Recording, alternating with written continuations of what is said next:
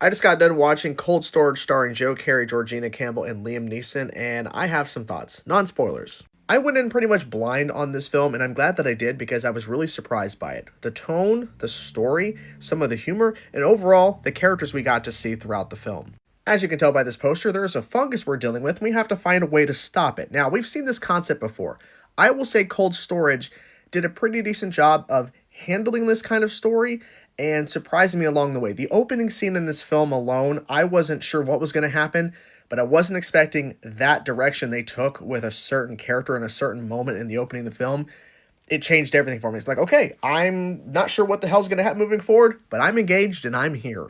There are a few characters in this film that I wish had more development because it feels like they were just placed in to show the threat of this virus, this fungus. And I get it, right? Because it is the threat of the film. It's the villain of the film. But I wish there was more development on some of them just so that when things start to go crazy and unfold, I actually care more about what's happening at certain points in the movie. I honestly wish this movie was a little bit longer because I was wanting certain moments to breathe more because sometimes the pace is going pretty fast and it makes sense in certain areas and other times it really doesn't.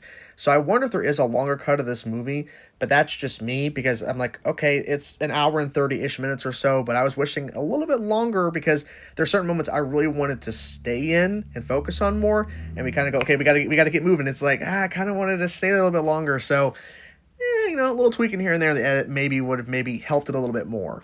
Do I recommend Cold Storage? I do.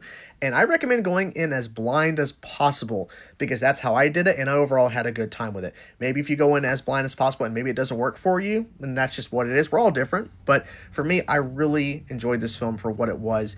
And I definitely recommend it for people who haven't seen it. Definitely worth the time for sure.